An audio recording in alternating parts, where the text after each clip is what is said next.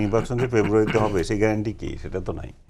এবং এটাই আসলে আরও এক্সপিডাইট করবে এই রাজপথে আন্দোলন। আজকে দেখলাম যে মামুনুল হক সাহেবরা ইয়েতে সফর করছেন, আফগানিস্তান সফর করছেন। আফগানিস্তান তো ইম্পর্টেন্ট হয়ে গেছে এখন।